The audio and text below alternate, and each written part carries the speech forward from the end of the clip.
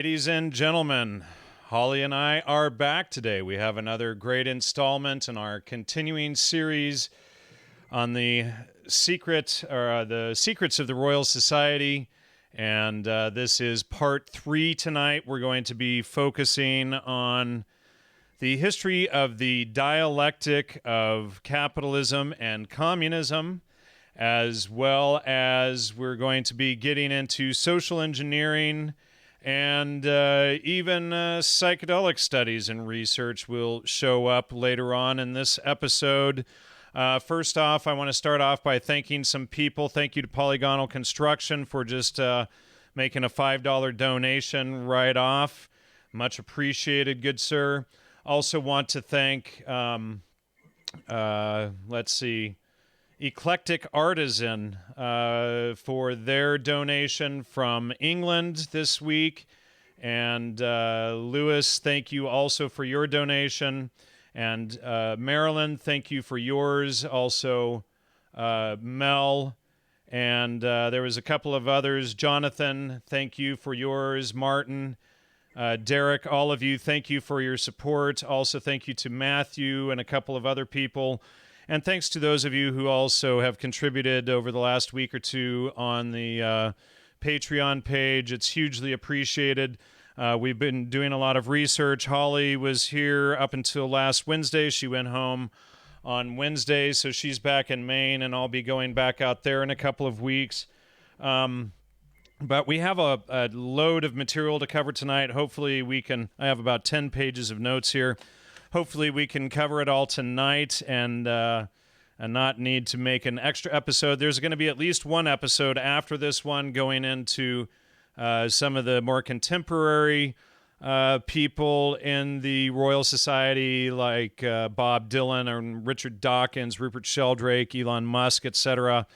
All of these people. But the pattern is the same that we've seen throughout history. So anyway, Holly, do you want to start off? Do you want to say a little bit about yourself? Also, thanks to everyone who supported Holly's show this last week and everything. Yes, so I'm sure your audience probably knows who I am at this point, but I'm Holly Urban, and I have a YouTube channel called Zoon Politikon. And that's a term from Aristotle, which means man is a political animal.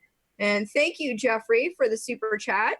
And if you feel like supporting my work or joining my work, I will try to put a link to my channel in the chat at some point. I am trying to get up to 10,000 subscribers, and I've been making YouTube videos for about 2 years now, and doing lots of research over the past 6 months or so with Jan, right? And I thought that having a third episode of the Royal Society would wrap things up. But as we started to put this show together, I was like, all right, we're going to need like a fourth. Maybe a fifth.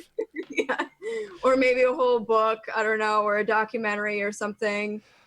Because it's so fascinating, and it gets to the point now where when Jan and I will discuss a philosopher or an economist, and I just want to say, first of all, I'm not an economist. Like, my bachelor's is in political science. So I know whenever I talk about Marx or Adam Smith, there is always someone in the audience who is like, you're wrong about this and that. And I freely admit I'm not an expert on this topic at all. I'm just a woman with a computer and who likes to read and do research. So as we started to research the Royal Society, we're at the point now where Jan and I, whenever we will read about someone, we'll be like, are they a member of the Royal Society? And it seems like 50% of the time or more, we look it up and they are. So I implore the audience, as soon as you start researching someone, a philosopher, a great mind, a scientist, if you will, look up and see if they're a member of the Royal Society. We need air quotes on great researcher, scientist, or whatever.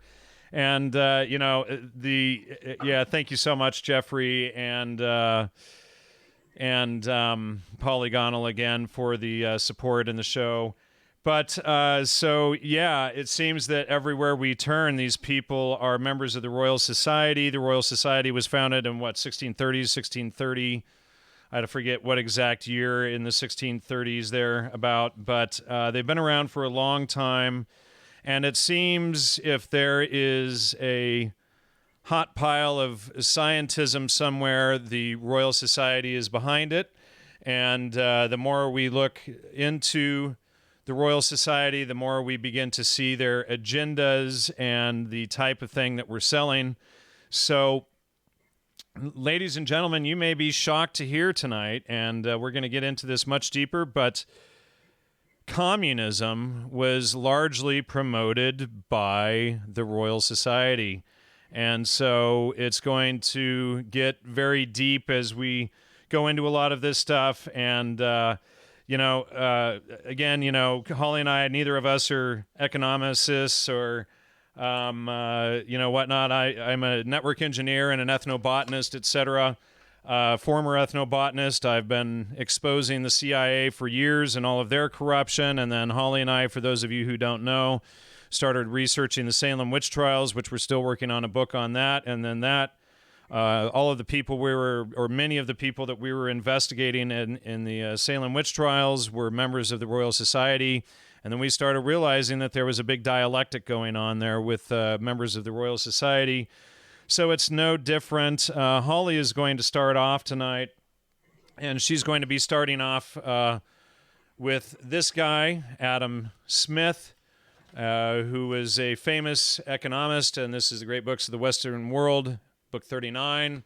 But so I highly recommend people that want to know also more about all of these people and all of the corruption and things that they promote. Get a set of the Great Books of the Western World, because you can read about all of the historical fraud. Some legitimate researchers in there too, but most of them are pretty bunk. And you can go in there and read through all of these people. And, it takes up about 6 feet of shelf space if you have it, just to warn you.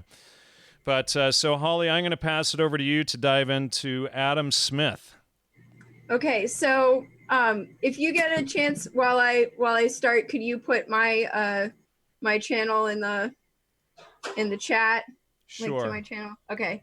So I wanted to talk about Adam Smith. So at first, Jan and I had discovered that Karl Marx was a member of the Royal Society, and we know, if you've researched economic theory or 20th century history, there's this dialectic between Marx and Adam Smith. So we're supposed to believe we have two options. It's either communism or capitalism, and that's it. And it reminds me a lot of what we see in American politics, where it's red or blue, Republicans versus Democrats. They give us this dichotomy. You get two options. Those are your options. And we could go into a whole discussion of why there's only two options always. But Adam Smith, I felt like we needed to at least touch upon him, because you can't really have a discussion about Marx and Engels without discussing Adam Smith, because in many ways, Marx and Engels, their writings, especially Communist Manifesto, is in complete opposition to Adam Smith. And guess what? Adam Smith was also a member of the Royal Society. So we start to see that it's, Royal Society created this dialectic. And of course, as you start to research Marx as well, Marx was a Hegelian. He was a Hegelian researcher. And so let's not skip ahead. Let's just focus on Adam Smith. Yeah, Jan has to try to rein me in, because I jump ahead in the notes, and this is a big problem of mine. I have to try to stay with the notes. So bear with me as I try to follow our notes this evening. So Adam Smith became a member of the Royal Society in 1773. So just as the American Revolution was starting up, Adam Smith was English. He was not a member of the nobility, but well-to-do family in England, born in 1723. And he was known as an economist, philosopher, author. He later dabbled into moral philosophy, a pioneer of political economy, and they made him basically the forefront of the Scottish Enlightenment, with, of course, the help of the Royal Society promoting his work. So he graduated from Glasgow University and was teaching there. He was a professor for many years before he was made a member of the Royal Society. And then in 1776, which is the year of the American independence, as people know if you're an American listening tonight, he published an inquiry into the nature and causes of the wealth of nations. So he also published the theory of moral sentiments a few years before that. And basically, the wealth of nations is still read in economics classes to this day. It's considered his magnum opus and is basically called the first modern work on economics. He coined the term capitalism. He also talked about something called mercantilism, or the mercantile system, which I would also like to speak about. So he defined capitalism and mercantilism, and really promoted a lot of works towards revolution. So his works were later used to promote the French Revolution, and he defined mercantilism as high tariffs, which was central to the American Revolution.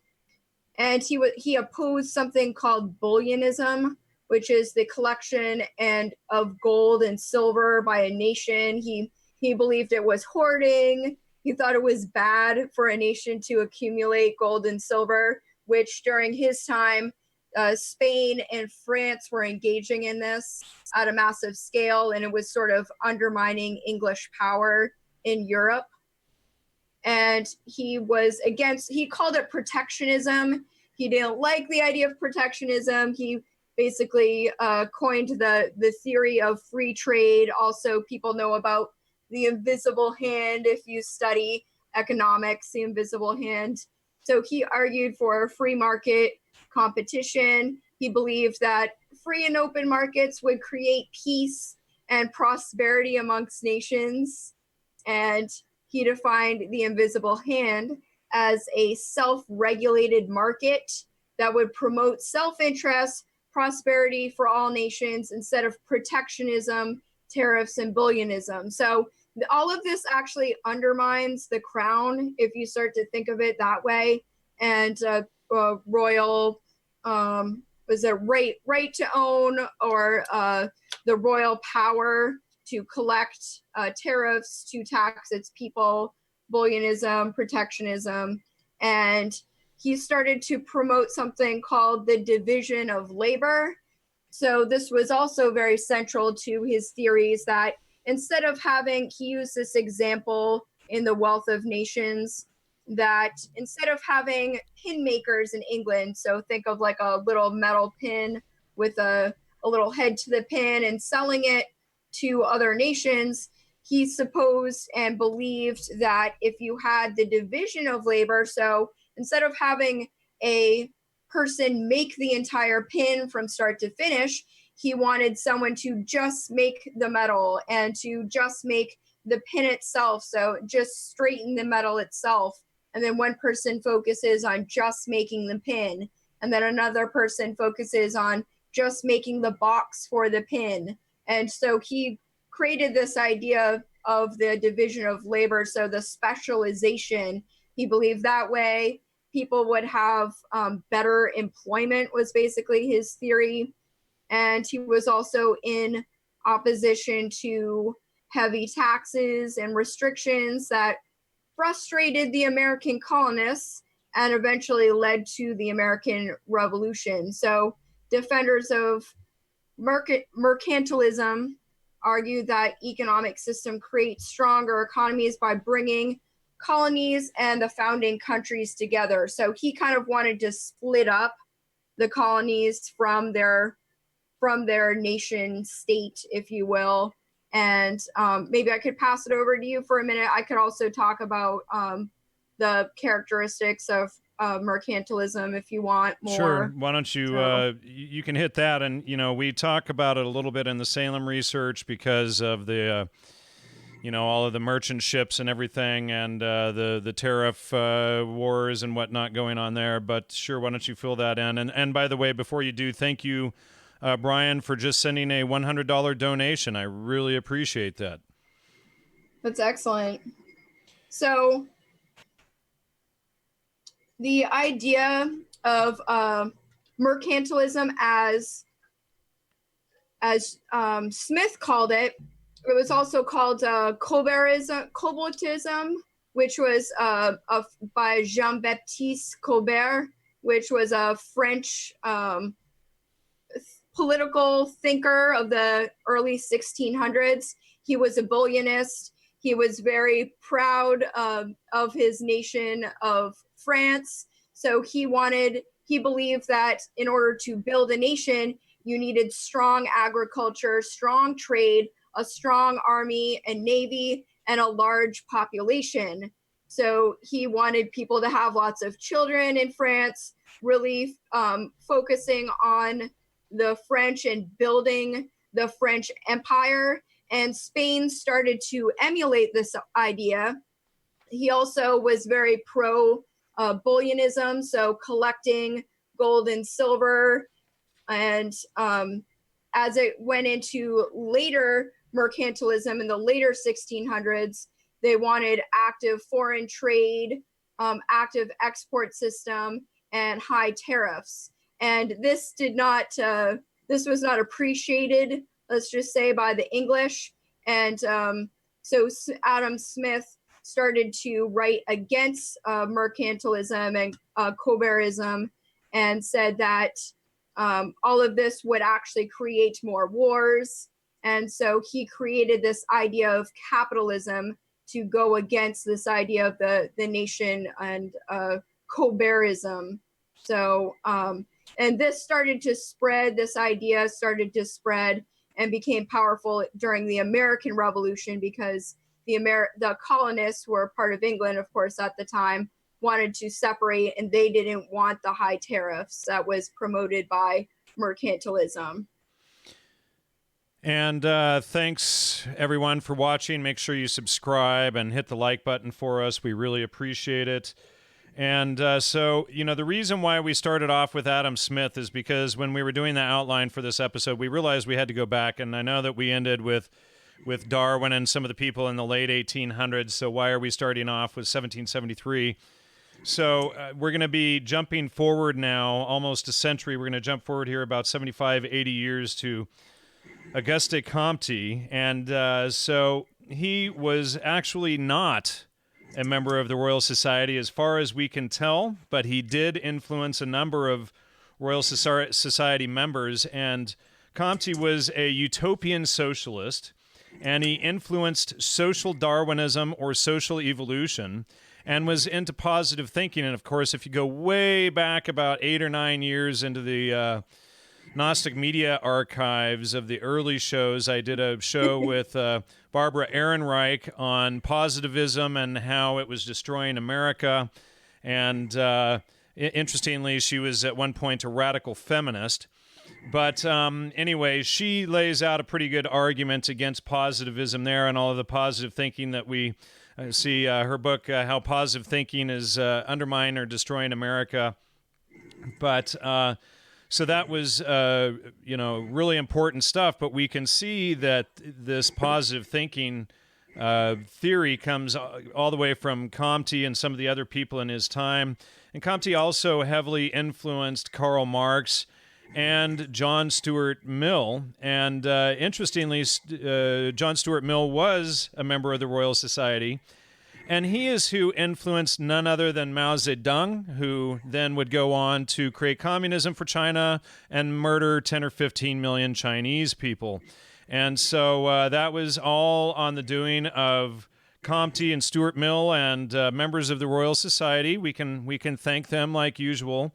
And so Comte's stages were, and he basically said that there were three stages, but he says the three stages were the theological stage, the metaphysical stage, and the positive stage. So we see all of this positivism out there today being promoted by the liberal CIA cult leaders and whatnot out there that I've already spent years exposing. For those of you who are new to the show and whatnot, I highly recommend going into the archives and looking at that material. So let's see. The theological stage was seen from the perspective of 19th century France as preceding the Age of Enlightenment, in which man's place in society and society's restrictions upon man were referenced to God. Now, and thank you, Uncommon, for continuously supporting the show. We really appreciate it. Check out his channel. He's got some great funny stuff. He bashes on Morrissey like hilariously. It's really good. But, which everyone should do. If you're not a Morrissey basher, I highly recommend you become one. You can take some tips from him. But you should have him on your show sometime. Morrissey or Uncommon? So Morrissey can talk about how he's friends with cows and stuff, So let's see. Yeah, I know she's talking about Uncommon. So what they lie about, though, is that the Christian belief in God was truth itself and living and acting in truth all of the time. So these people rejected truth as God, or they rejected logos. They rejected, essentially someone who rejects logos or truth is basically a Satanist. So that sums up easily. And then we can begin to see the constant historical agenda of the Royal Society. Man blindly believed in whatever he was taught by his ancestors. So again, he just blindly believed foolishly. It didn't matter if it was actually about truth and honor, living in truth and honor. Like if you look at people in the 17 and 1800s, they had far more truth and honor than people today. And that's why people had duels and stuff like that. If you insulted someone's honor and integrity, you could be killed for it. And he believed in a supernatural power. Fetishism played a significant role during this time. So it was just fetishes. People were just ignorant and stupid. They didn't know any better. And what we actually find is that, the further back into history we go, the far more intellectual and educated people were. And people would probably reach their intellectual height in the 17 or 1800s, is my guess.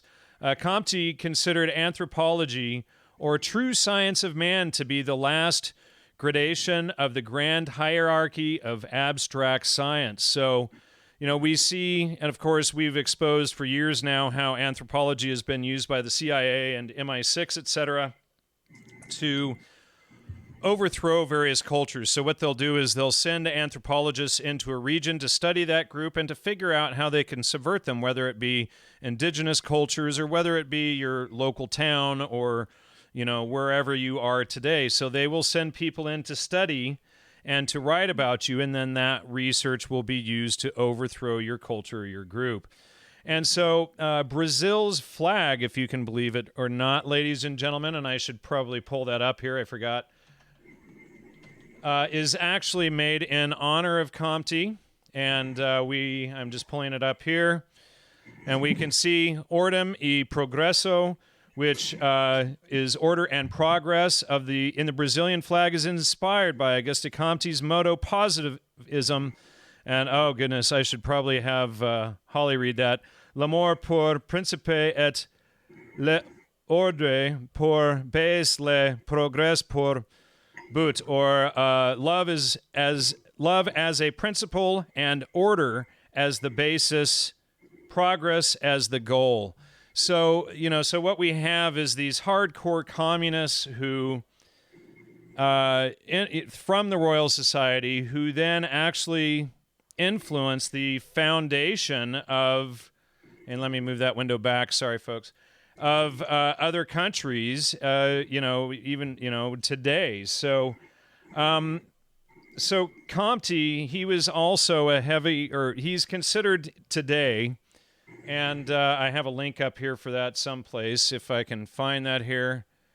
Here it is. So, technological conspiracies, Comte technology, and the spiritual despotism. So, I've done a lot of research exposing transhumanism and all of this stuff, and Holly and I are planning to do another show on it soon because we're seeing it creep up everywhere and being promoted as an agenda now.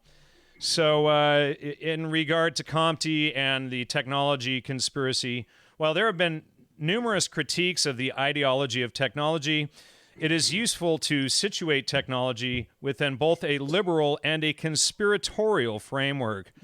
The early work of Auguste Comte offers an ideal vehicle for this kind of analysis. Liberalisms, and of course, I posted last week on Facebook how all of the key people behind the creation of the psychedelic movement were the same people behind the transhumanism and tech movement. So that's actually really the same thing. And so, for instance, Stuart Brand, the Whole Earth Catalog, taken from the Book of Daniel. He was a member of the Merry Pranksters, CIA, U.S. Army, Electronic Freedom Foundation, and behind the creation of computers. Dr. Timothy Leary, of course, the psychedelic guru, admitted CIA agent, promoted virtual reality, promotion of computers, psychedelics, digital BN, along with the human BN and all the rest, if transhumanism at all. Dr. James Fadiman, SRI, computers, helped invent the mouse, like the one in my hand here, and worked on the SRI CIA project headed by Willis Harriman and Joseph Campbell, Changing Images of Man. Also promoted psychedelics. He was the last person to do legal LSD studies in the U.S. for MKUltra. Also, his wife was a member of the Merry Pranksters and lover to Ken Kesey. And, of course, he is CIA. He and I have gotten in some major battles when he tried to slander me on Facebook for beginning to expose this stuff. And, of course, Sir Julian Huxley. He coined the word transhumanism. He was, of course, a heavy eugenicist, and we'll be talking about him more in a bit. And his brother Aldous Huxley headed the MKUltra program. Terence McKenna was behind the Time Wave Zero thing, which was based on Pierre Teilhard de Chardin's omega point theory, which I exposed some years back, about 5 or 6 years ago. And he promoted cybernetics. And, of course, this is a book on cybernetics and the Macy conferences. And, of course, the Macy conferences were behind the MKUltra program. For any of those who are familiar with MKUltra funding, one of the funds that the money was funneled through was the Macy Foundation. And they're still around today. They're still alive and kicking, and I'm sure they're still just as much CIA as they always were. John Perry Barlow was another one, and we've exposed him on the UnSpun show many times in the past. CIA founder of the Electronic Freedom Foundation. He was one of the key people behind the creation of Burning Man to promote Satanism and suggestogen drug use or psychedelic drug use so that they could mind control all those people out in the desert. The digital BN, and he died of a heart attack, in my opinion, about the same day when he was exposed by QAnon. So, thank goodness. I shouldn't say that, actually. My apologies, my condolences to his family. The guy did a lot of evil stuff, though, that should not be excused. And Ramdas, or Dick Alpert, he was behind the digital BNs, psychedelics, CIA, the Human BN, the Castelia Foundation, Harvard Psilocybin Project, IFIF, etc., Wavy Gravy, or Hugh Nanton Romney, Digital BN. He was another Merry Prankster. U.S. Army. He was partially behind the Summer of Love, as we've already done shows on that. He was another behind Woodstock and running the pig farm and the pig pen at Woodstock. It's in the name, folks. You're the pigs, and they're the ones managing the farm. And they got all the kids rolling in the mud to the rock idols. Rock idols. Get it? You worship rock idols? So Ken Kesey, digital BN, electric Kool-Aid acid tests, head of the Merry Pranksters, CIA, etc. Gregory Bateson, the founder of the CIA, cybernetics, MK Ultra, SRI, Changing Images of Man, another one a part of the Macy Foundation conferences. And 5 of those were associated to the Merry Pranksters: Stuart Brand, Timothy Leary, James Fadiman, Ken Kesey, and Wavy Gravy. So, all of this stuff goes into what is accused of Comte here: liberalism's embrace of technology, developed by Comte to produce a theory of scientific and technical elites intent on reinventing society and the individual. That sounds like the Bitcoin motto right there. And so this technological conspiracy reads very much like elements of a Silicon Valley manifesto describing the cyber utopia of a near tomorrow. So I'm going to pass it back over to Holly. Holly? Wow. Okay. So I guess if we are going by the notes, we're going with Karl Marx now. Marx is next. So we're going to jump back 150 years, I think, or so. No, Comte was 10 years before Marx, so we're actually in chronological order. The only one that we had to jump back for was Adam Smith, and now we're actually getting back in line with our chronology from the earlier shows on this. Okay. So as we were talking about Adam Smith, his work was published in 1776. His seminal work about capitalism and as opposed to mercantilism. And by 1862, Karl Marx himself also became a member of the Royal Society. He was a foreign member. He was originally born in Germany, and he had been living in London along with his good friend Engels. So wait, let me just show an image up here that Holly sent me to show of Engels and Marx, just so we can see the two of them. There they are. Two little lovebirds sitting in the tree. His dear friend Friedrich Engels, and who basically bankrolled Karl Marx through most of his adult life and through much of his research across the many years that they worked together. Engels is just as important in the creation and the writing of the Communist Manifesto. And a lot of people think falsely that Marx invented the idea of communism. It was already kind of stirring up in Europe, in Germany, and based off of the idea of the communes, which were really promoted in France during the time. And also we've talked about in our previous episode, I think it was Puritans and the hippie movement, we talked about how Puritanism actually really promoted the idea of communism and communes with their offshoots of levelers and diggers, the idea of common land, public land, and people living together. The Puritan model in Massachusetts was very communistic. Everyone worked on a central plot of land. And so that's a topic for another video, of course. Thank you, Philip, for the super chat. So Karl Marx was funded by his good friend Friedrich Engels, whose family owned a massive factory. So they were actually living off of the factory. Karl Marx and Engels wrote in reaction to Adam Smith's laissez-faire free market capitalism. And Marx believed that the extension of the labor theory of value, which was promoted by philosophers Hobbes, John Locke, Adam Smith, etc., indicated that capitalists, owners of the means of production, which some people in the chat might already know a lot about this, would exploit workers by depriving them of value that workers themselves create. So according to Marx and Engels, surplus value is the difference between the value that the workers created and the wage that the worker receives from his employer. And so Marx was born in Trier, pretty middle class. And as I had mentioned before, he had studied Hegelian philosophy and law. And Marx later became stateless and lived in exile in London. And that's when he was conveniently made a member of the Società.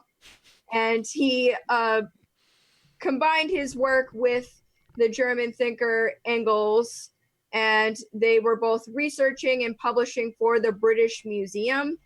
And in 1848, he wrote the Communist Manifesto, and then with the help and the support, the bankrolling of Engels, he wrote Das Kapital. And his political and philosophical thought, as we know, is still studied to this day. And Engels was living in Manchester, England, with him, basically kind of supporting Marx and his family up through the work of Das Kapital. And then after Marx died, Engels edited and created the second and third volumes.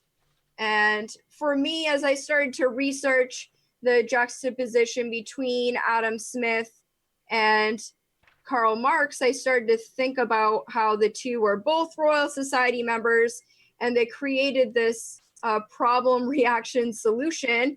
Funny, since Marx studied Hegel, that Adam Smith promotes the bourgeois and capitalism over mercantilism or nationalism, the royal, what is it called? It was a right of kings.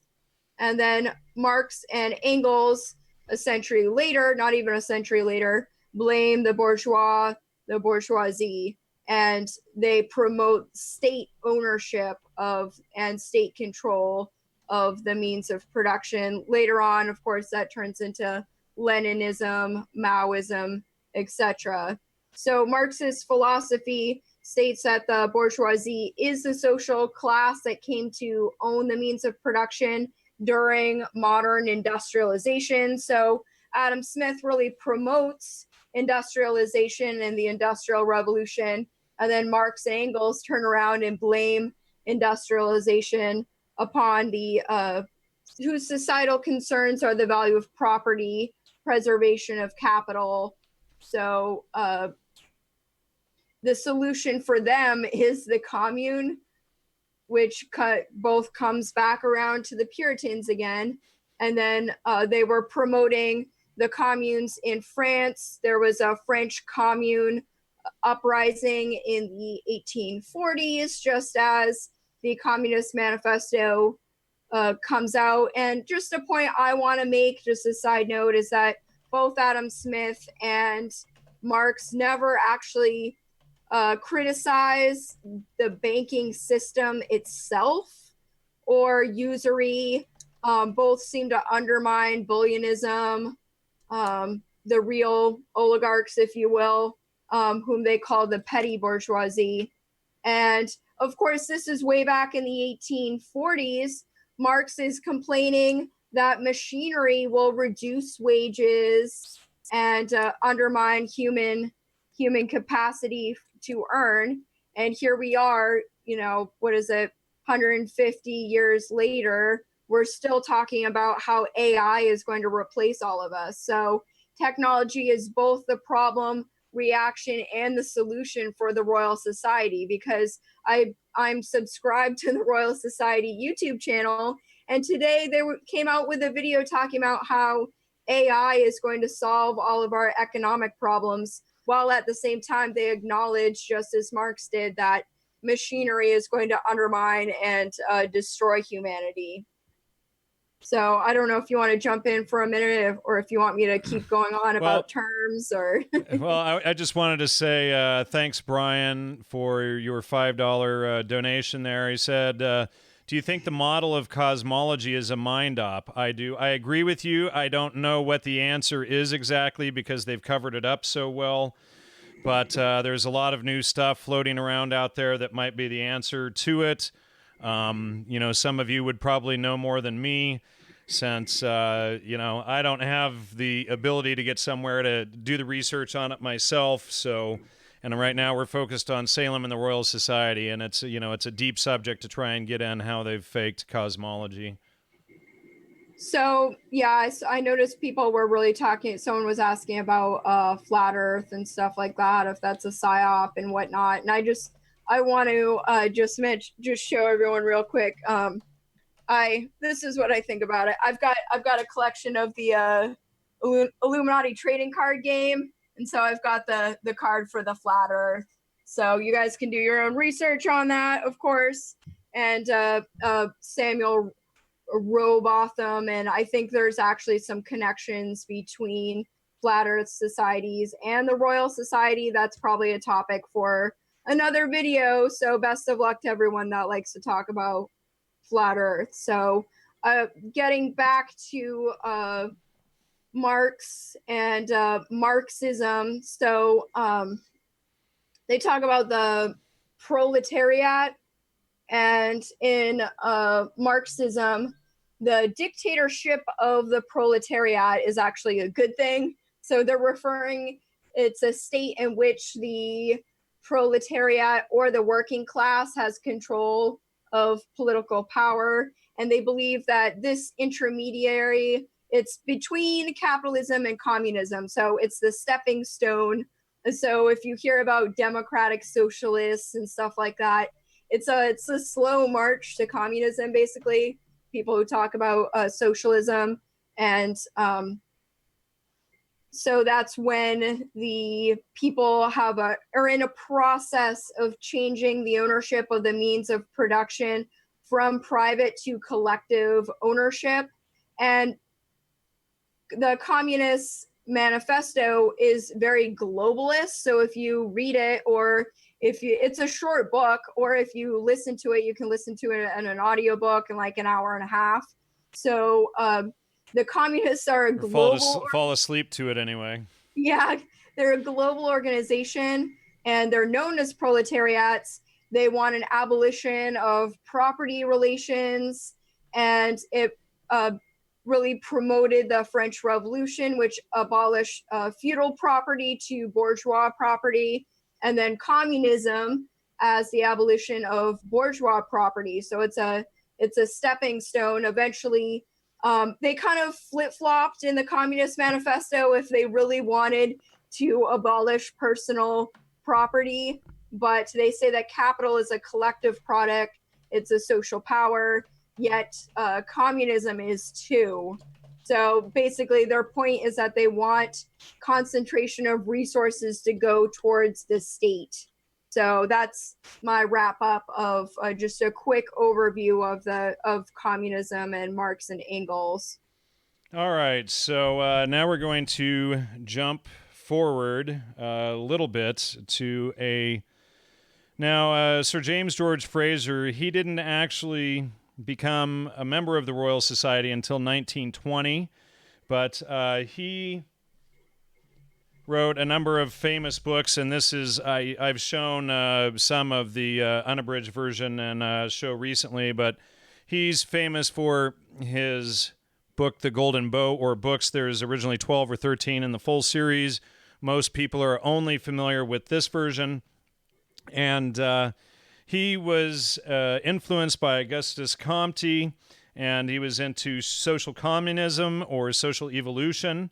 And so he was also knighted in 1914, so he was a sir. And why was he knighted? Why were these people knighted? What were they doing? And we've talked in the past about very possibly history was inverted, and they created a whole bogus history of paganism and shamanism and all of that stuff. And to me, he is the most likely candidate to look into, and I still haven't finished reading the full series of books that he printed. In fact, I still haven't even finished trying to acquire them all because it's a big set, and very expensive. So if anybody wants to help out with that, we appreciate it.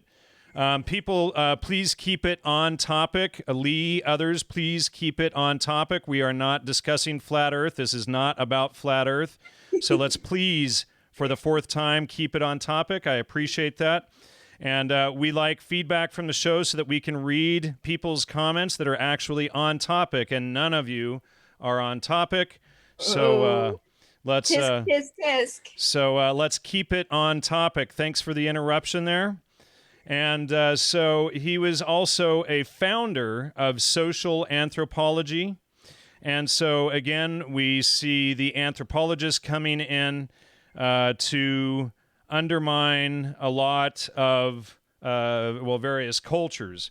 And so his book, The Golden Bow, among the most influential elements of the third edition of The Golden Bow, and that's the full series, not this abridged edition I just held up, was of cultural evolution. So again, it's the evolution of society.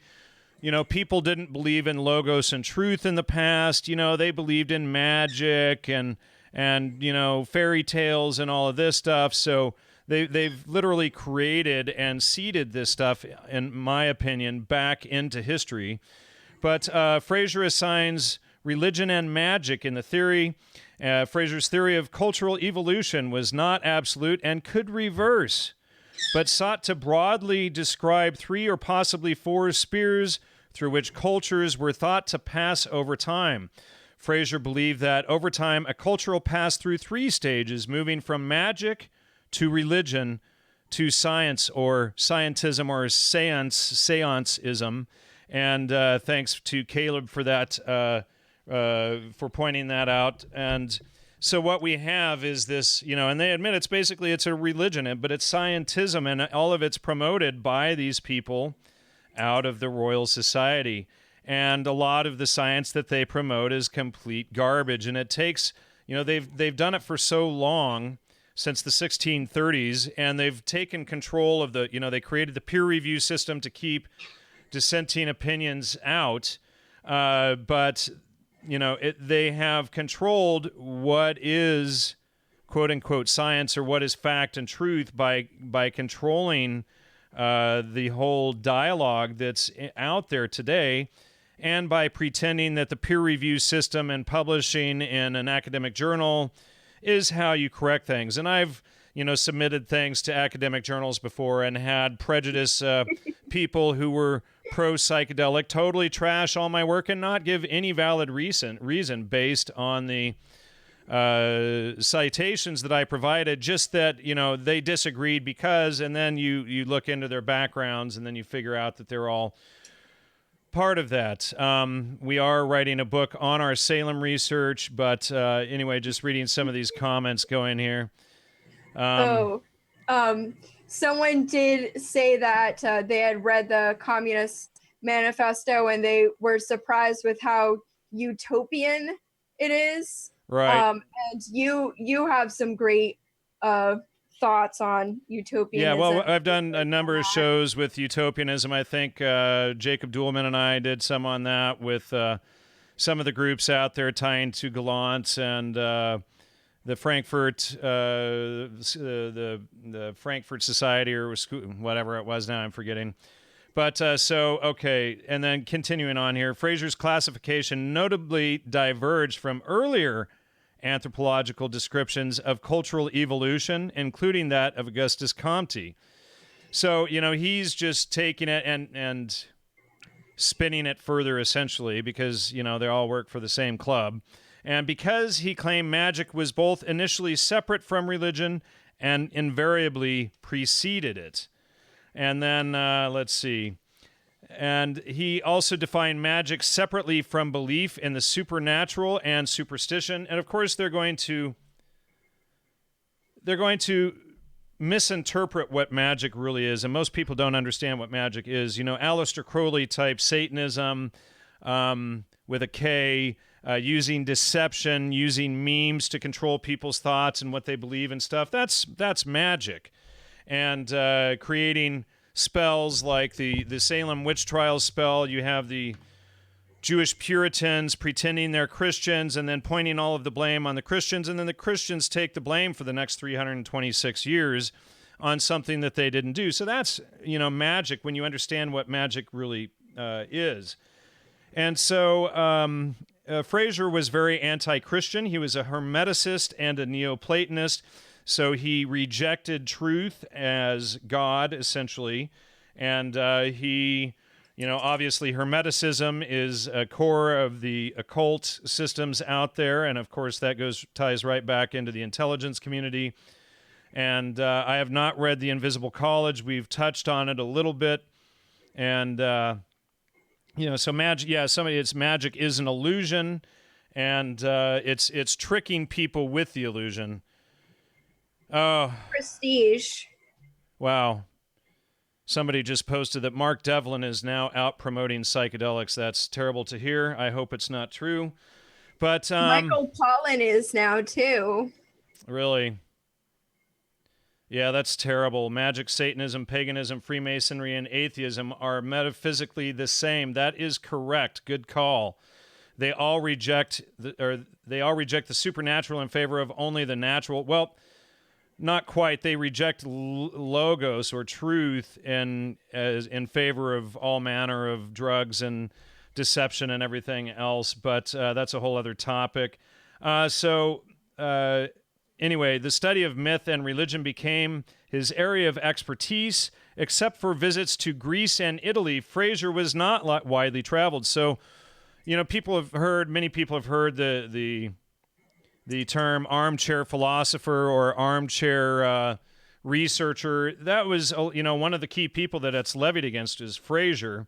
And his primary source of data were ancient histories and questionnaires mailed to missionaries and imperial officials all over the globe. And his interest in social anthropology was aroused by reading E.B. Taylor's Primitive Culture, 1871, and encouraged by his friend and biblical scholar, William Robertson Smith. And so, that's where the origins of that is. And Frazer was the first scholar to describe in detail the relations between myth and rituals. And his vision of annual sacrifice of the year king has not been borne out by field studies. Yet the Golden Bow is a study of ancient cults, rites, and myths, including the book itself is, the creation of myths and the creation of modern pagan religions and all of that. But, you have to study his work with a grain of salt. And let's see. And I already mentioned that it was initially it became like 12, 13 volumes by the time it was done, and it's very expensive to put the series together. But the Golden Bow was widely criticized for what are widely perceived as imperialist, anti-Catholic, classicist, and racist elements, including Frazer's assumption that European peasants, Aboriginal Australians, and Africans represented fossilized earlier stages of cultural evolution. So what they do is they actually invert everything. And the more I look at evolutionary theory, I think it's entirely inverted. I think we devolve, not evolve, but that's a wild theory that I talked about in one of our recent episodes. I think it was in the last episode, but that goes a bit deep for a lot of people to get their mind around, and I don't want to, I don't even have my mind around it yet. So anyway, Holly, do you have something to add? Nope. Nope. All right, so let's see.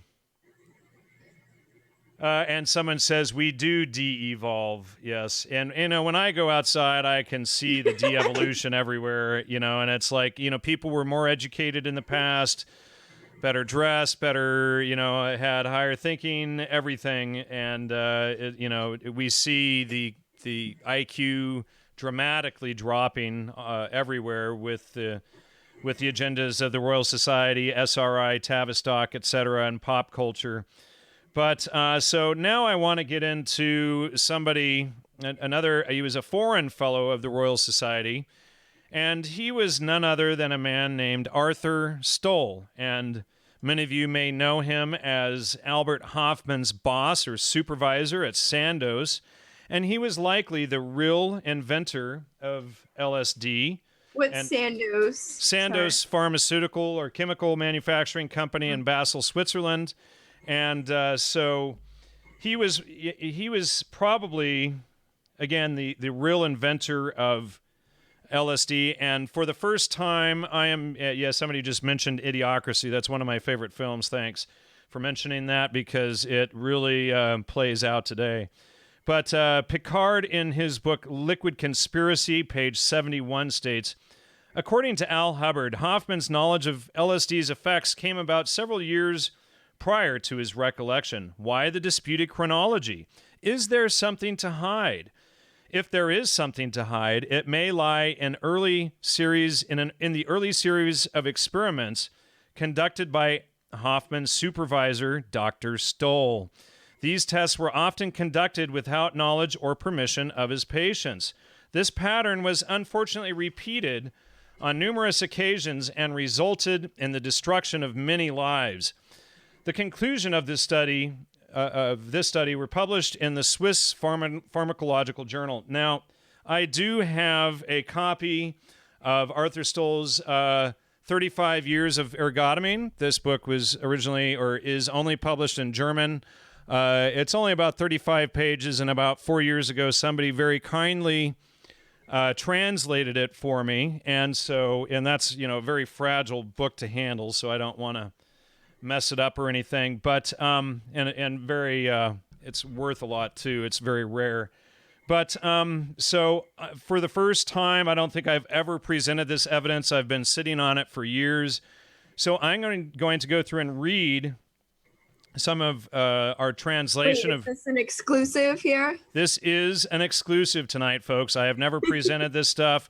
I didn't do it in any of the earlier shows with some former people that I was working with, and I'm very glad I didn't.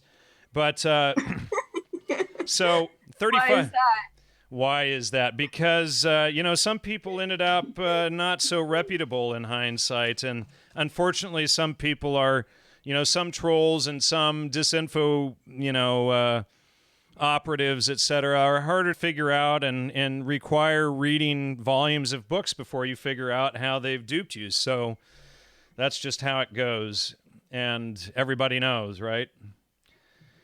So let's see. From 35 Years of Ergotine, it dates from April 9th, 1918, and is titled Procedure for the Isolation of a High-Quality Compound of Sicale Cornutum. Registrations for additional patents followed the same year, and on March 27th, 1919, and let me just interject, folks, my personal theory is that LSD was invented in 1918 or 1919, and that the invention of LSD was passed over to Albert Hofmann to cover up 20 years of human experiments. And so these quotes that I'm going to read are going to help substantiate that theory. And so the procedure for the extraction of plant alkaloids was registered in the German Reich by using Swiss priorities. The new procedure was vigorously disputed by a big German alkaloid manufacturers, Merck, Boehringer, and Knoll, and of course we know of Merck today. But due to the synthesis of previously unknown ergot alkaloid in the extraction of hycosamine, the naturally left-handed compound of atropine, which was previously extracted from belladonna, it was a full extent granted as a new invention. And I apologize, this is a translation. It's not perfect. The patents for the synthesis of ergotamine have expired long since, so no one can ask oneself why the competition until now, 35 years after its discovery, and that's, when Arthur Stoll published this in the 1950s, have never produced this important active pharmaceutical ingredient, bringing it in somewhat large quantities onto the market. Because until now, what was occasionally offered from other producers as ergotamine either was not ergotamine at all, or it was very impure and altered, a much less active compound. This is all the more surprising because the procedure for synthesis of ergotamine and ergotamine itself had been known for decades. Okay, so it had been known for decades in 1918. And so up to today, it is worked with this very same procedure, which was invented in the spring of 1918 and then patented. It provides us with an almost quantitative output of unaltered natural ergotamine, which, in regard to the high price of ergot at around 25 francs per kilogram, is of crucial importance. And then skipping down, the laboratory I took over on October 1st, 1917, was an empty room without fixtures or furniture and was furnished with glassware and other devices in the most elemental and necessary way. Basically, ergotamine was born a child of poor parents. The possibility of testing the newfound substance first on animals, then on humans, initially didn't exist. In the summer of 1918, I provided the Basel University Gynecological Clinic with a diluted solution of ergotamine carbonate for experimental purposes. Okay, so he's giving it to Basel University Gynecological Clinic for experimental purposes, folks. On the occasion of birth of my son in July 1918, I had the opportunity to talk to the competent physicians about tests with the new compound, where I learned that it seemed to have a constrictive effect on the uterus of a rabbit. Okay, so it's going to go on and get a lot deeper. So skipping down, the initial or original overdose with its side effects and erroneous indications, namely the excitation of throes or labor pains before birth, had almost catastrophic consequences. I guess he's probably not talking about rabbits there, ladies and gentlemen. And so, besides the uncertainties like those in the experiment on a living organ or on the whole animal or even the human, at least one important factor, namely the pharmaceutical or the pharmacon, was constant. The ergobasin was discovered at the same time, simultaneously in an English and 2 American laboratories, and over here in the ergot. And we were first who had established the correct formula and who shortly afterwards proved the constitution of this high-active new alkaloid through partial synthesis. And then here we go, folks. The ergobasin, which we manufactured through an efficient synthesis, was identical with the natural. We need, however, an important cleavage product for this synthesis, which is adhered by all ergot alkaloids and which is characteristic for them, the lysergic acid, whose synthesis was not successful until now. The lysergic acid, whose synthesis was not successful until now. He's talking about 1918. All right, lysergic acid dimethylamide, otherwise known as LSD. So why the hell do people pretend that Albert Hofmann and this bicycle day nonsense, it's total nonsense, folks. You know, it's all a cover story to cover up 2 decades of human experimentation. I've been holding on to this stuff for years to expose it. So you get the Logos Media exclusive here. And just throw in some super chats for that one. Yeah, throw in some super chats for that, folks. Please, we really need support for all this. I mean, all of these books and stuff, just this little 35-page book was about $100. You know, so thank you, everyone, for your support on all of this stuff. It's like, well, whoever has talked about that, and when you mentioned that to me, I think you mentioned something like that to me several months ago. It reminded me of World War I and mustard gas and these other chemical weapons that were being used and manufactured and tested upon people at that time. So it did make a lot of sense to me that it could have been during that era where it really started to get tested upon people. because that World War I was the age of the chemical weapons Well, at that point. So it makes sense to me. And, I just want to read something because Willis Harriman, who worked with Joseph Campbell and all the CIA folks over at SRI on the Changing Images of Man, I want to just quote something from him. All right. So, and he states, the story starts way back in 1935, and people, you can read this in my article, Spies in Academic Clothing, which if you haven't read it by now, you really should, because it exposes how these guys use all of this. And that was what, this article is what Holly read that tipped her off about the Salem witch trials, which brought us eventually to the Royal Society. But starts way back in 1935 with a group of followers of the German mystic Rudolf Steiner, who lived in a village in southern Germany. In 1935, a dark cloud was over Europe, so the members of this group set out to very deliberately to synthesize the chemicals, which were like the natural vegetable substances, which they were well aware had been used in all the world's major religious traditions down through the centuries. So, and I used to believe that line of rhetoric, and now I know that's false. When you get logos, you get that that's false, and they're looping back to their own research to substantiate their own theories. By 1938, they had synthesized psilocybin, LSD, and about 30 other drugs. They had stopped to think about the consequences of letting all this loose and decided against it. They decided that they were not sure what the negative effects, they're just looking out for humanity, of the drug would be, or the drugs would be, and that it just wasn't a very wise thing to do.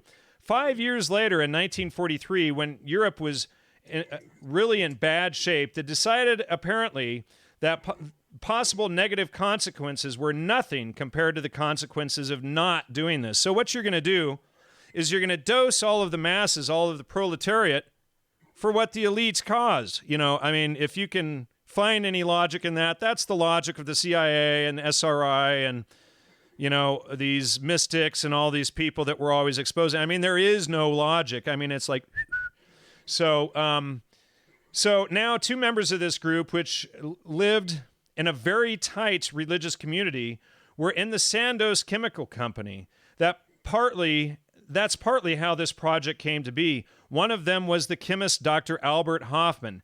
He cooked up the newspaper story that everyone has heard now about the accidental ingestion of LSD and the realization of what its properties were after an amazing bicycle ride home and the visions and so on. Again, here's Willis Harriman, who worked with SRI and the CIA, tipping you off, wink, wink, that he knows the whole thing is BS. And when you read Arthur Stoll's own stuff in his own book, published in German, you can see how it's all a fraud.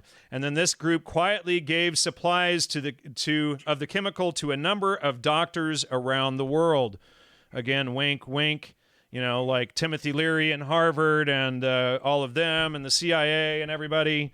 So, this is, and that became the foundation of MK Ultra. Wow, thank you, Reese, for the $50 donation. I hear I've been buried in the notes for the last little bit. Thank you, whomever else in there, too. We've got Brian. Thank you for that, Brian.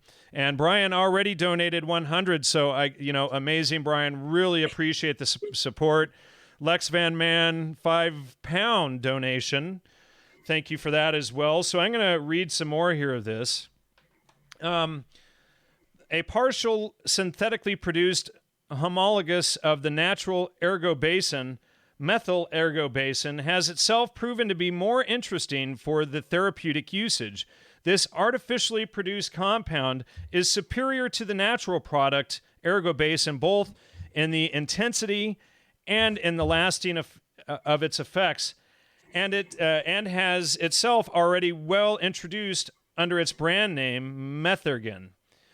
The studies of Professor Rowland and his staff, which since 1922 were mainly conducted with ergometrine, have shown that the natural ergot alkaloids of the ergometrine type were not only available to inhibit the facilitative or furthering fostering, but also the inhibiting functions of the sympathetic nervous system.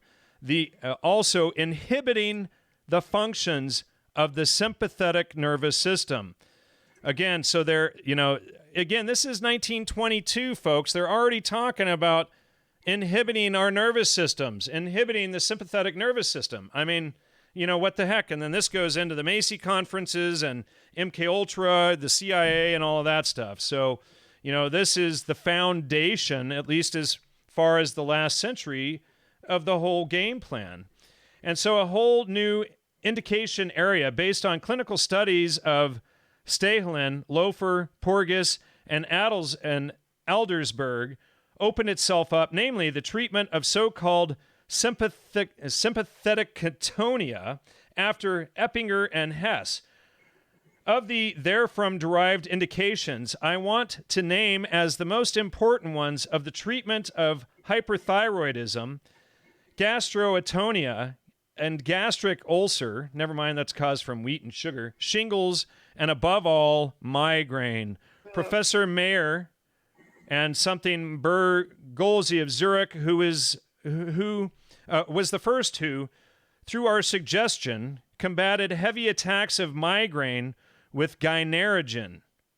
Okay, so that's their earlier ergot product. And again, most of the early migraine treatments were LSD ergot type derivatives. They were almost all of them were based on ergot up until maybe 15 or 20 years ago. And then, let's see, he was also early on treating 2 migraine attacks with success. Now people just take Excedrin for migraines and bam, it's gone. So as a student of Professor Hess in Zurich, and this is skipping down, Professor Rothlin, who all along was intensively devoted to the vegetative regulation, and again, they're talking about the vegetation of our minds, had followed this question pharmacologically and worked it on himself, and had several works from 1925 to 1934 gradually established the basis for the composition of the Bellergol, which is comprised of 3 components of ergometrine, bellafolene, which I would assume is from belladonna, and phenobarbital. So, again, the barbiturates. And ergotamine inhibits the sympathetic, bellafolene, the parasympathetic hyperexcitability, and as a result of the incoming stimuli of the organ are inhibited themselves. Since the disorders of the vegetative regulation have often central causes, like a low-fat diet, for instance, folks, the phenobarbital was added, which has a depressant effect on the autonomic center of the brain. And so what I'm going to do now is, and Holly, do you want to jump in for a minute? Because I've had the floor for a while here.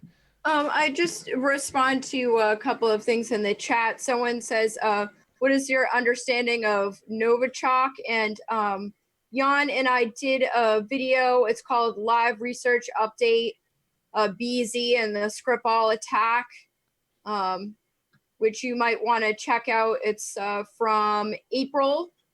And we did a video if you want to follow up on that. And also someone mentioned around the same time that you seem to have discovered the LSD was starting to be tested on people, and also the mustard gas. Someone mentioned the Spanish flu. And yes, as we have researched more and more into plagues and pandemics and them used as a chemical warfare, it appears more and more that the Spanish flu was a massive attempt to test out chemical warfare on people. And we do have a few trolls in the chat as well, but they're just kind of chilling. All right, I'll try. Yeah, I've been reading, so I haven't been able to pay attention to the idiots, the paid idiots. So, and some people have been showing their hands. They've got a couple of names in that. What are their names, so we can just block them here? Anyway, I don't like to tattle, but all right. people. Well, People I, are I just haven't been following the chat. I've actually been yeah, reading. So if you want to I tell me who know. they are, we can ban them. If not, let's move on. All right, we got Real News TV. I think that you might need to put in a timeout. That's all I'm gonna say. I don't have control over that anymore. So All right, let's just, well, I'll put them on a timeout, and if Real News acts up again, they will be banned permanently. So there's your warning. All right, so Leo Perutz. Now, we need, this is a really important topic because more evidence that Albert Hofmann had nothing to do with the invention of LSD is this book right here that I, get the glare off there, that I wrote about in 2014 in my article, Manufacturing the Deadhead. And Leo Perutz, he's an interesting character, Jewish novel author. And so he publishes St. Peter's Snow, exposing a wheat fungus used to launch a communist rebellion 5 years before Hofmann invented the drug. So this book, 1933, Hofmann supposedly invented the drug in 1938. Now, some have tried to suggest, well, he inspired Hofmann. Yes, oh yeah, they knew that it was already in wheat, and yeah, you know, it's a cart before the horse theory. And not only that, and as I'll go into more, LSD and psychedelics are regularly associated with communism and communist rebellions, and there's no exception here. And so, let's see. Some have suggested Perutz influenced Hofmann, but this is putting the cart before the horse. Interestingly, later Perutz's cousin, Max Perutz, would also become a member of the Royal Society. I think it was in the late 60s or 70s that Max Perutz, his cousin, became a member of the Royal Society. So, you know, you can't go too far from these people before you start looping right back. Wow, we're actually an hour and 16 minutes already. I didn't even realize how far along we were. In a paper published in Time and Mind in 2014, English researcher Alan Piper, whom of course came out attacking me after I started exposing all of this stuff, he was in some groups who were writing slander against me, and I've had Alan Piper on the show before, so I need to call him out, and I do think that he is likely working with the Intel community, and he was working with Professor Karl Ruck, who is episode number 1 on this show, or on the Gnostic Media podcast back in 2008. I do now think that they were all working in cahoots together, and they were also working in an invisible college together that Professor Karl Ruck ran. So, you know, yes, I am calling these people out, as I have always done. I have no qualms about it. That's my personal opinion about Alan Piper, but he was working with those groups to write hit pieces on me with known CIA agents like Mark Stallman, who wrote hit pieces on me, with Iona Miller, whose own husband admitted that she was a CIA spin writer, which I've already done a video, which is in my channel, which those of you can check out, of her own ex-husband admitting that she was a CIA spin writer. So, you know, Alan Piper was working directly with them. Let's see. Piper has noted that in 1933, Jewish author Leo Perutz wrote the novel St. Peter's Snow, wherein a new drug made from fungus from wheat was secretly tested and used in a failed attempt to bring about a return of religious beliefs and a return of a Roman emperor to his throne. With a priest who warns that instead the worship of it's instead the worship of Moloch. True.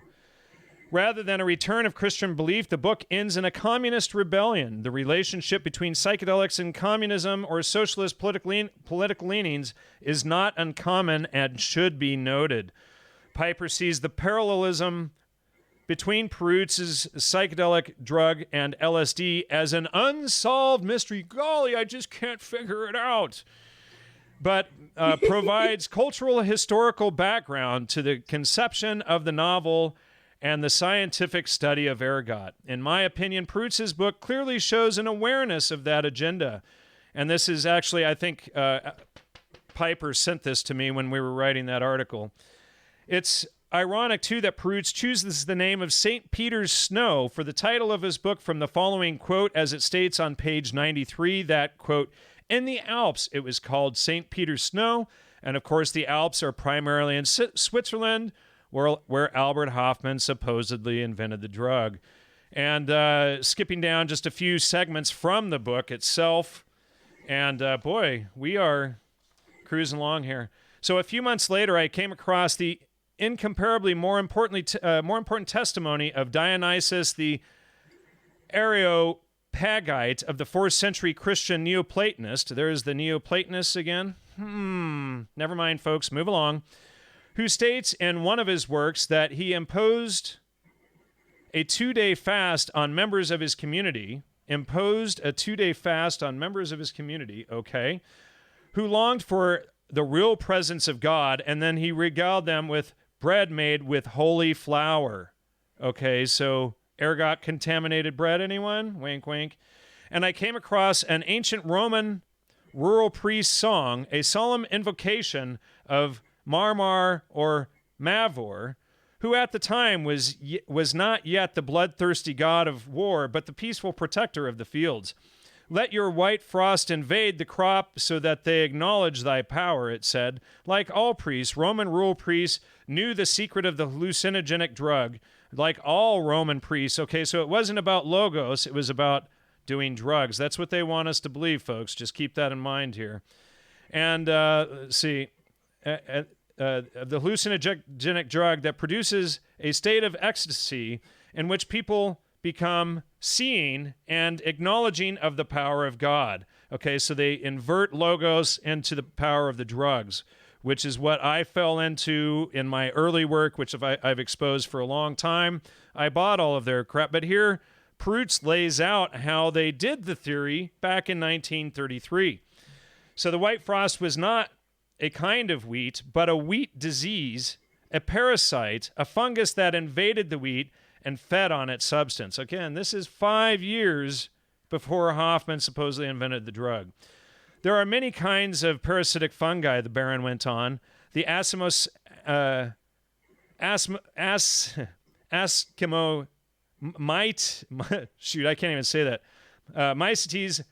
Phycomycetes, and forget that. And in a synopsis, Fungorium, Bargan describes more than 100 varieties, and nowadays his work is regarded as out of date.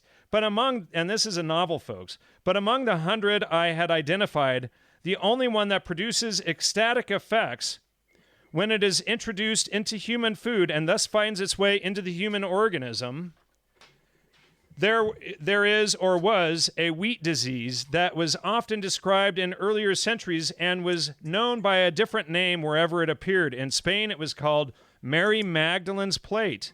In Alsace, it was known as Poor Soul's Dew. In Adam of Cremonia's physician's book, it was called Misericord Seed, and in the Alps, it was called St. Peter's Snow. And then again, the book continues later on with the same theme we're discussing here. Two of the main characters of the plot argue over whether they should test the drug on themselves, and then later on we discover in the story that the woman Bibiche, who created and tried the drug, is the one who headed the communist rebellion. You want to jump in there? How does this connect to Pont Saint-Esprit, you think? Well, okay, well, that's a really good question. You know what, folks? I've been totally forgetting to show the database the whole show. Oh, darn it. So there's Comte. Let's just go through these. There's Karl Marx, everyone here. Woo! There's Karl Marx and all the stuff, the Frankfurt School, Erich Fromm that he influenced, and all these people, top evil villains. Here's the top evil villains are in red, everyone, if you can actually read it. And if you click on the top evil villains up there in the website version, it'll take you to all of the top evil villains. By the way, I'll just do that right there so people can see they're all in red. But so we can see the Royal Society and all tied in there. And here's the Royal Society, Cotton Mather, of course, whom we've been exposing. Benjamin Franklin was a member of the Royal Society. Basically, if the Royal Society's touched it, it's a pile of you know what. So it's like San Francisco. Yeah, it's like San Francisco. There's shit everywhere, you know. So here's Arthur Stoll, Royal Society, works for Sandoz. Now, I haven't figured out the direct relation between Arthur Stoll and Perutz, whether it was a cousin of Perutz's, but somebody had an inside tip of what was going on at the Royal Society and tipped Perutz off. And, here's Leo Perutz, his cousin Max Perutz. In fact, about 4 years ago, I contacted Max Perutz's a family member of his Robin, son of his, Robin Perutz. And as soon as I asked him what was really going on in the connection, the conversation stopped cold. Dun, dun, dun. So let's see, skipping over here, Sir James George Frazer. Sorry, folks, there's that one. And, skipping ahead there. So what was the question? Sorry, now I forgot. Holly? Oh, what's the connection between all this and Pont Saint-Esprit? Okay, so Arthur, sorry, that was Arthur Stoll and Pont Saint-Esprit. So let me go back here. So Arthur Stoll was apparently, geez, what did I just do with it? All right, hold on a second. Arthur Stoll was apparently at Pont Saint-Esprit along with Albert Hofmann. Albert Hofmann wrote a thing saying that it wasn't ergot, it wasn't mercury, and that was all disinformation. And as we found out, mercury or cinnabar is very possible in some of these. But what I think the most likely candidate for Pont Saint-Esprit is ergo. I think it was ergo. Or ergotamine or ergometrine, but I suspect it was ergotamine was what they used at Pont Saint-Esprit. And when you look it up, it has the exact same symptoms as St. Anthony's fire, which I have over here on the left of this or right of this. But possible side effects include nausea, vomiting, abdominal pain, diarrhea, headaches, dizziness, tetanitis, chest pain, palpitations, brachycardia, transient hypertension and other cardiac arrhythmias, dyspnea, rashes, and shock. An overdose produces the characteristic poisoning of ergotism or St. Anthony's fire. Prolonged vasospasm resulting in gangrene and amputations, hallucinations and dementia and abortions, intestinal disturbances such as diarrhea, nausea, and vomiting are common. And so that matches pretty well with exactly what was happening at Pont Saint-Esprit. And Albert Hofmann and Arthur Stoll were both there hiding out in the region, observing the whole thing as it was going down. So, they were a part of it. Albert Hofmann was accused by, what's his name? Now I'm forgetting off the top of my head. He wrote the book A Terrible Mistake, and he also came out against my research when I started exposing all the MKUltra stuff. But Hank Albarelli claims that Albert Hofmann was also French intel, and it's very highly likely that he was on contract with the CIA on his many trips with CIA agent and top operative Gordon Wasson, whom I exposed as MKUltra Subproject 58. So all of those guys tie in together. Do we have time, Holly, to get into one of the world's biggest frauds by the name of Albert Einstein, or are we going to have to save that for the next episode? So maybe if we get another super chat, that might be a good reason. Yeah, that would be a good reason. I think one thing I just do want to mention is that some people act like people were just using like ergot as like a religious or recreational drug. And after you actually mention and discuss what the side effects are, like getting gangrene, like your arms, your limbs falling off, and or like amputated, right?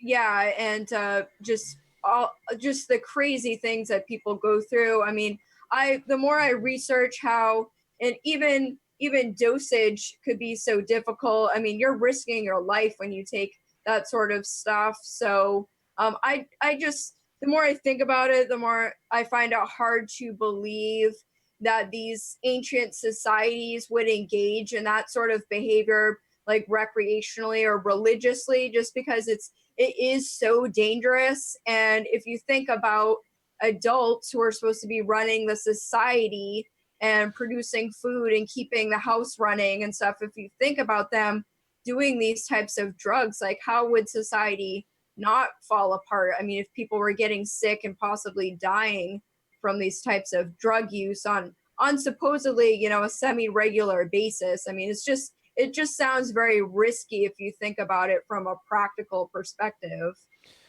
And Reese says the Jesuits did it as one of the most prolific examples of misdirection. That's John Phelps's disinformation. And it's partial disinformation. We have come across a number of Jesuits that are involved in that. Bahari, if that's being pronounced correctly, says the normalization of drugs and pedophilia begins through all outlets. Jan is 100% correct with the de-evolution theory, all Kabbalistic inversions. And of course, we've exposed Kabbalistic inversion. So no super chat yet. Anybody want a super chat, or should we save this for next episode? We're an hour and a half in. We appreciate if somebody wants to make a kind donation. It's really appreciated. Someone says we should rip Einstein a new one. We're also going to do that with Richard Dawkins, the cannibal, next time. Yeah, Richard Dawkins, the cannibal, exactly. So let me see. And, for part 4, we also have Bob Dylan. He's a member of the Royal Society. Robert Zimmerman. We should call him by his real name since they all fake their names and stuff when they're involved in this crud. Rupert Sheldrake, Terence McKenna's pal and all this. Yes, he's another one. Elon Musk, of course, was just recently added as a fellow to the Royal Society. So, I don't see any super chats yet, folks. So thank you. That's all right. So thank you, everybody, so much. And we will be doing a part 4 in the next week or two on... Oh, there's $10. Oh, all right. So we're so cheap. We're bought off for $10. Thanks. Thank you, Rugi. We really appreciate it. Just giving you a hard time there. So let's see the Macy connection with Einstein assistant. Let's see Einstein, Huxley. How do you pronounce that, Holly? Holly.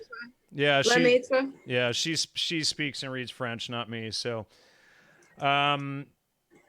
yes, Macy connection with Einstein assistant. Well, what's interesting is Einstein was close buddies with, goodness, whose name do we always end up mentioning in every show? Huxley? Oh. He was good friends with Julian Huxley, and they worked together at Princeton. And so you never go very far, when you get into exposing these groups. But, all roads lead to Huxley when you're investigating these kind of psyops and stuff. So where did we find, goodness, I can close some of these tabs now. Oh, let's see. He was over here. Albert Einstein. He's probably the biggest fraud of the frauds.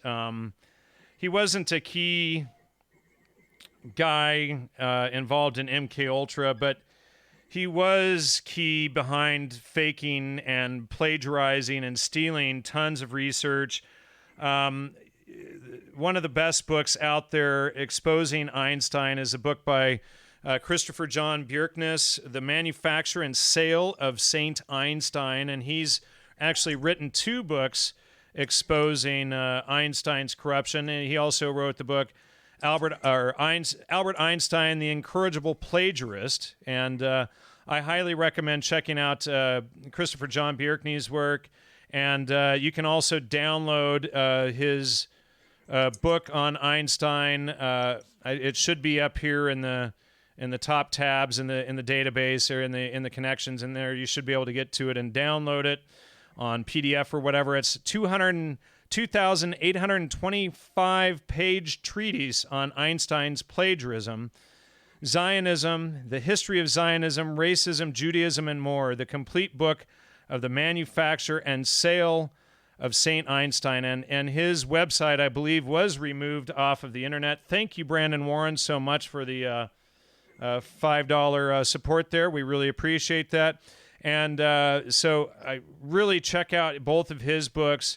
And the table of contents is quite extensive. Einstein discovers his racist calling, manufacture and sale of St. Einstein, promoting the cult of Einstein. And we see this all over all over Princeton, New Jersey as well. I've been out to Princeton a number of times, and there's just, the people worship this guy. And, the theory of relativity has been disproved many times. Most of his work has been disproved, or he stole it from others.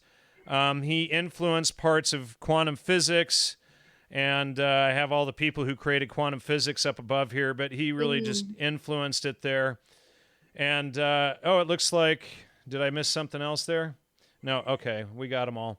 Werner Heisenberg, Max Born, Paul Dirac,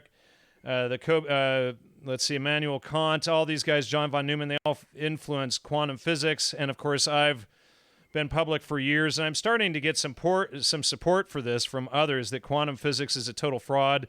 People laugh hysterically at me for mentioning it, but if you study the trivium and quadrivium all the way through, and study the follow-up study material by, oh goodness, I had him on the show early on. Thank you, Bahara. Yeah, thank you for the $5 donation. Don't worry. Oh, you pronounce it great. Appreciate ya. Would do more if I could. Thank you so much for your support. It's really appreciated. Oh goodness. Now, quantum computing, quantum physics. Geez, David Harriman, sorry. And David Harriman is here. David Harriman, I had a 2-part episode with him back in 2011, exposing the quantum physics fraud. And of course, the people who have attacked that I claim it's a fraud, or it's highly, they say it's not a fraud. He doesn't claim it's a fraud. It's a lot of misdirection. Maybe he doesn't point it out, but if you use the trivium, if you use the critical thinking and logic that David Harriman provides, you can pretty much realize that all of this stuff was a fraud. So, anyway, it's at least in my opinion, it's a fraud, and in many others, it's a fraud, and it's part of Kabbalistic magic, etc. But so back to Albert Einstein. He was brought into the Royal Society in 1921. And let's see. Basically, what Einstein did was he hung out at the U.S. Patent Office and ripped off other people's work and changed their work and then made it his own and pretended that he was smart. And, he and Julian Huxley would take many walks around Princeton together and work on their schemes together. Albert Hoffman won the Nobel Prize, which of course doesn't mean much. Carrie Mullis is there, whom I have met a number of times. Here's Max Perutz again. We just discussed Max Perutz a few minutes ago. Max Born we just discussed. Werner Heisenberg we just discussed. All these people were given the Nobel Prize and Francis Crick is another interesting one. He may be Royal Society too. I think I just discovered yesterday or day before that he was Royal Society as well. So, they're constantly spinning us off into this stuff. He was a member of the First Humanist Society of New York, along with Julian Huxley and John Dewey. And we're going to cover Julian Huxley much more in the next episode, but you can go into the Brain database and see just a few of Huxley's connections into eugenics and mind control and humanism. Of course, Julian Huxley invented the term transhumanist, and he was a major proponent of the Planned Parenthood agenda, etc. He was a key founder behind UNESCO. He was a president. That's why he's up here above the Royal Society. He was a president of the Royal Society, and he continued Darwin's work, the new synthesis, the new synthesis, the new synthesis. They're always having to rebrand it because, it's, they have to stretch it thin on a lot of this stuff. Why don't you jump in on Okay, good. So Rugi said he wanted the connection with Huxley, Einstein, and Lemaitre. And I just wanted to mention that George Lemaitre was a pioneer in applying Albert Einstein's theory of general relativity to cosmology. So he kind of took Einstein's work and ran with it. And he was guess what? He was a member of the Royal Astronomical Society, which is a part, a branch of the Societas. And he was, friends with all these people. He was a Jesuit, part of he was the first to derive what is known as Hubble's law, Hubble's constant. And he is also, guess what, Jan, you're going to like this.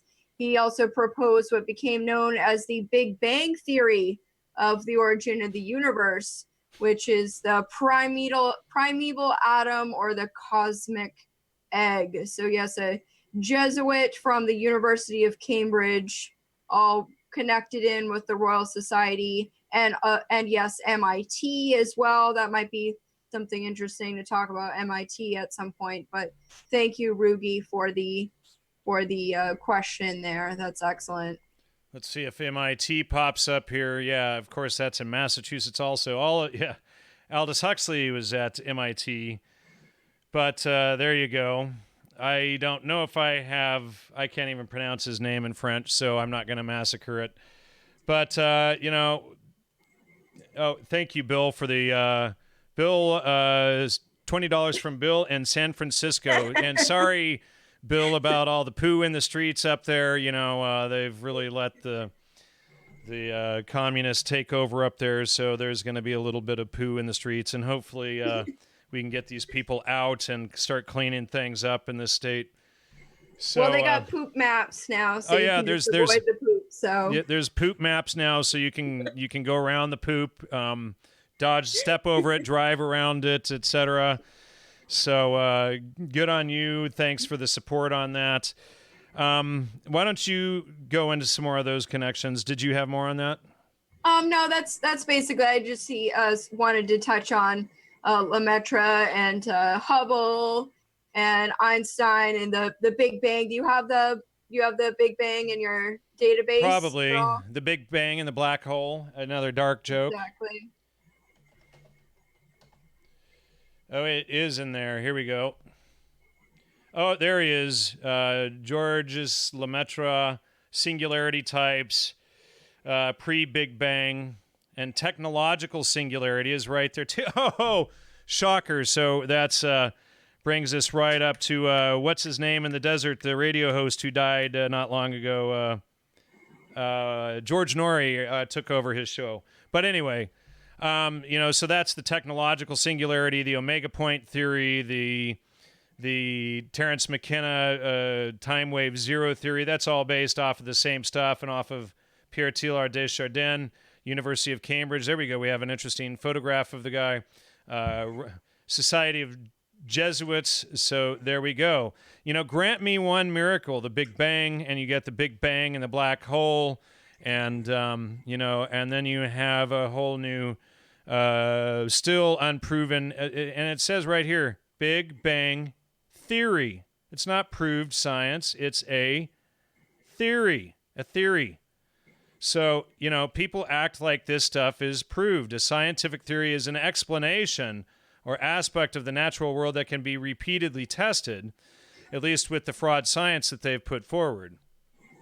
So just to wrap this up a little bit, I guess what we've noticed is that the Royal Society does promote a lot of theories, through their creation of peer review, through scientism, the Enlightenment. It's endlessly fascinating and somewhat admirable, I suppose, in a strange and twisted way that they've been able to basically control the narrative of science, political, economic thought. Like, I didn't really think that they were that involved with economics until we found out Adam Smith and Karl Marx were both members of the same society. So controlling the whole dialectic, and yes, everyone who said Art Bell, yes, that's who I was trying to think of, and thank you for all 6 or so of you who remembered his name before I did. So I think that's a wrap for tonight. I think next week we'll start off with the infamous Julian Huxley and bring everything forward to the present, and hopefully, well, at least in the next week or two, and hopefully provide you all an excellent show. And it's been a really enlightening experience for us as well, going through all of this and figuring out who all of these people were, the background. We're not so much right now going through the theories, but we're going through the background and the connection between these people, the dialectics that they've created, the peer review system to control the official narrative, placing scholars like Thomas Huxley did with the X Club to promote Darwin's theories, and placing them in certain universities to control the official scientific narrative, to get everybody to think that their lies are truth, and to keep us away from logos and from thinking and from looking at these things on a deeper level. Do you have a plan for your next show on the 7th? Not yet. It's not definitively placed yet. Do you wanna do that on the 7th? I will be busy that night. I got work. All right. Well, next time, don't ask me on the air. All right. Okay. So anyway, folks, that's a wrap for tonight. I hope everyone enjoyed it. We had quite a few viewers tonight. Thanks for all the support and donations tonight as well. We really appreciate everybody. And so that's a wrap, ladies and gentlemen. Have a lovely evening. Good night.